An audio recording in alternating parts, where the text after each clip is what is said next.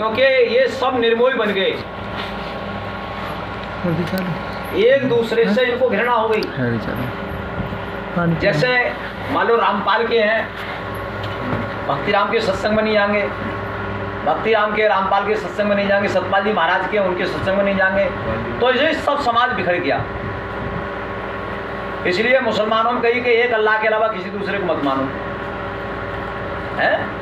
अल्लाह से अगर जुड़ोगे तो टूटेंगे तो नहीं, मगर हमारे यहाँ सब टूट गए, क्योंकि कुछ राम की तरफ चले गए, कुछ कृष्ण की तरफ चले गए, कुछ राधा स्वामी की तरफ चले गए, कुछ जो है रामपाल की तरफ चले गए, कुछ भक्ति राम की तरफ चले गए, कुछ निरंकारी में चले गए, तो ये समाज सब हमारा बिखर गया। तो देश को चलाने के लिए समाज की जरूरत है। देश को अगर समाज हमारा बिखर जाएगा तो हमारे देश की लूट हो जाएगी। इसलिए व्यवहार में भले ही चाहे ज्ञान में अलग रहो, मगर व्यवहार में हमें एक रहना चाहिए। समाज में जहां ब्याह शादियों का काम है हमारा, ब्याह हम तो कौन से कहने साहब हम तो मरी मौत में नहीं जाएंगे, हम तो किसी के विवाह में नहीं जाएंगे, हम किसी के उसमें ही नहीं जाएंगे। अरे भाई संसार खत्म हो जाएगा, मोक्ष किसी बिरला को मिलती है।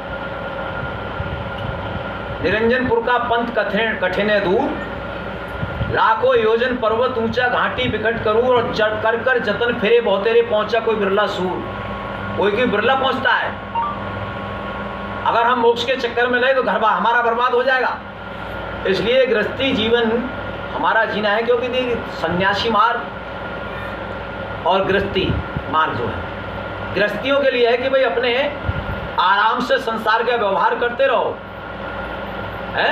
और सुबह शाम को हमारा है कि 1 घंटा समय निकाल करके उस परमात्मा का 1 घंटा समय निकाल लो, आधा घंटा निकाल लो, आधा 1 घंटा हम बैठ करके उसका भजन करें।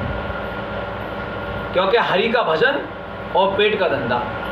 पहले का हरि का भजन कर लो, अपनी बैटरी को चार्ज कर लो।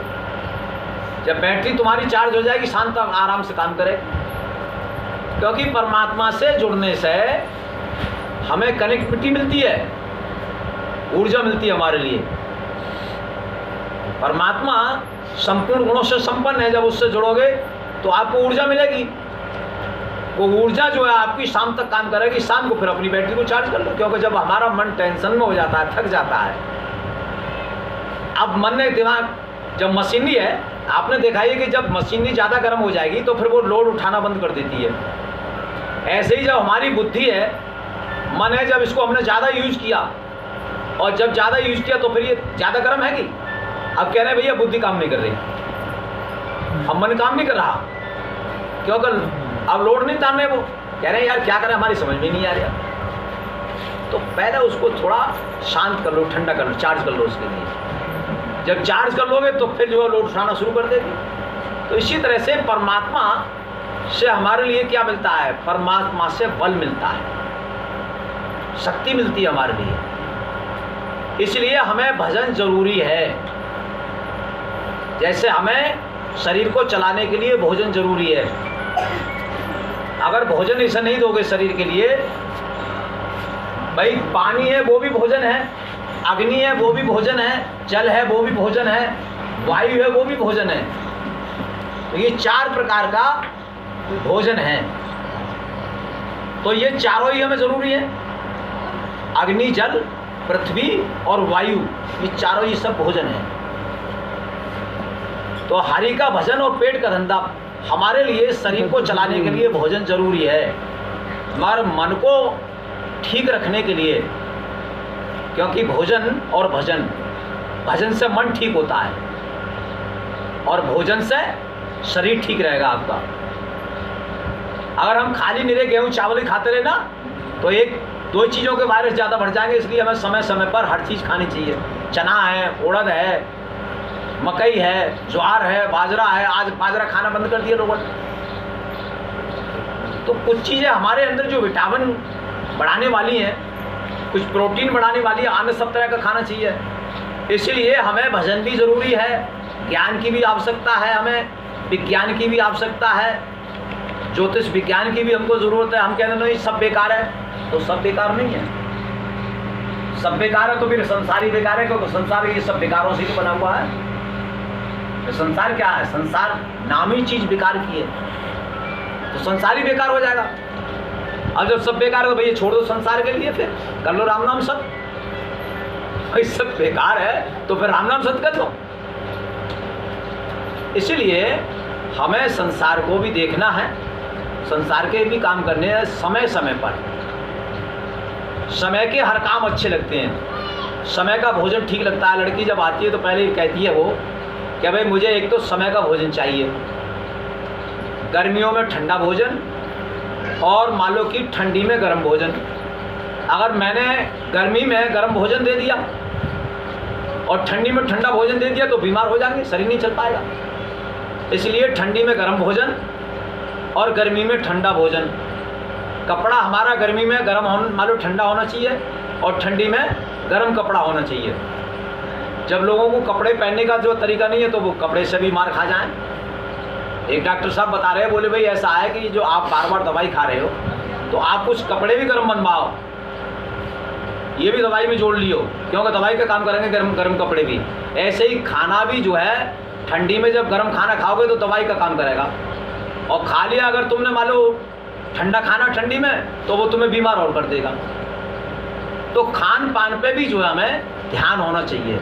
इसलिए व्यवहारिक भी ज्ञान जरूरी है और आध्यात्मिक भी ज्ञान जरूरी है। दोनों चीज़ें हमें ठीक रखनी है। जब मन भी ठीक रहेगा आपका और आपका तन भी ठीक रहेगा। तन मन जब ठीक है तो आप भक्ति भी कर सकते हो और आप संसार का काम भी कर सकते हो। एक ठीक है क्योंकि गाड़ी दोनों पहियों से चलेगी, अगर एक पहिए में पंचर हो जाए तो गाड़ी नहीं चल पाएगी। अगर आपका शरीर ठीक है मन ठीक नहीं है तो मानसिक जो विकार हैं, मानसिक जो रोगी है, क्योंकि तन का तो हम इलाज मान लो डॉक्टर कर देते हैं, मगर मन का इलाज कौन करे? तो मन की जो औषधि है वो आध्यात्मिक है। आध्यात्मिक ऐसी दवा है कि मन के सारे विकारों को ठीक कर देती है।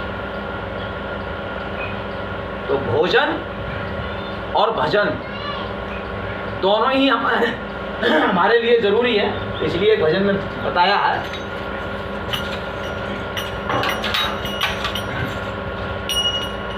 जब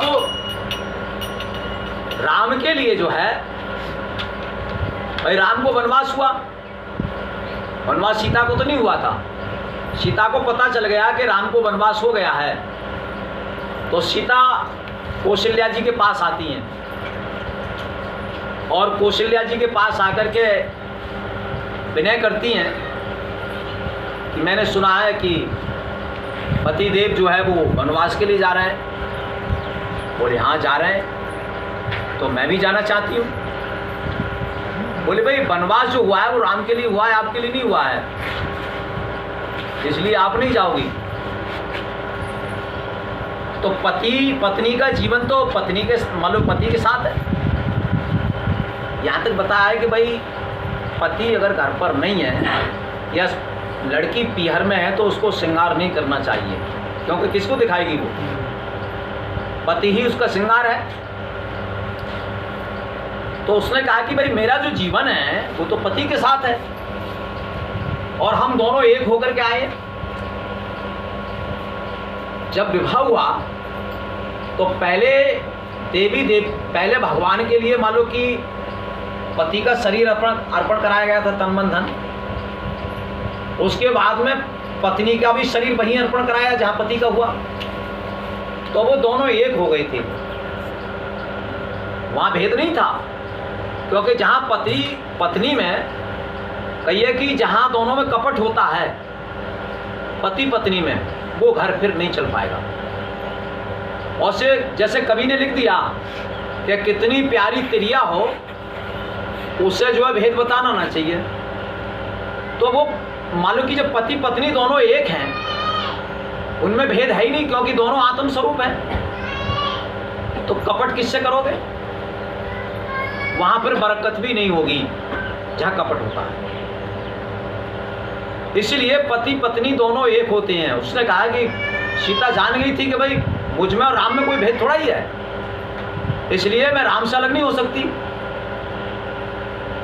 तो उसने कहा कि मैं जहाँ राम जाएंगे वहीं जाऊंगी, मैं महलों में नहीं रहूंगी। उन्होंने कहा कि भाई आप महलों की रहने वाली हैं, आप इतनी परेशानियां कहाँ उठाएंगी वहाँ पर, आप घर रहिए, वनवास राम को हुआ आपके लिए नहीं। तो साफ मना कर दिया उसने। तो सीता की आंखों में आंसू आ गए, रोने लगी सीता। जब रोने लगी तो उस समय में कौशल्या जी समझा रही थी उनके लिए, पता है, भजन के माध्यम से।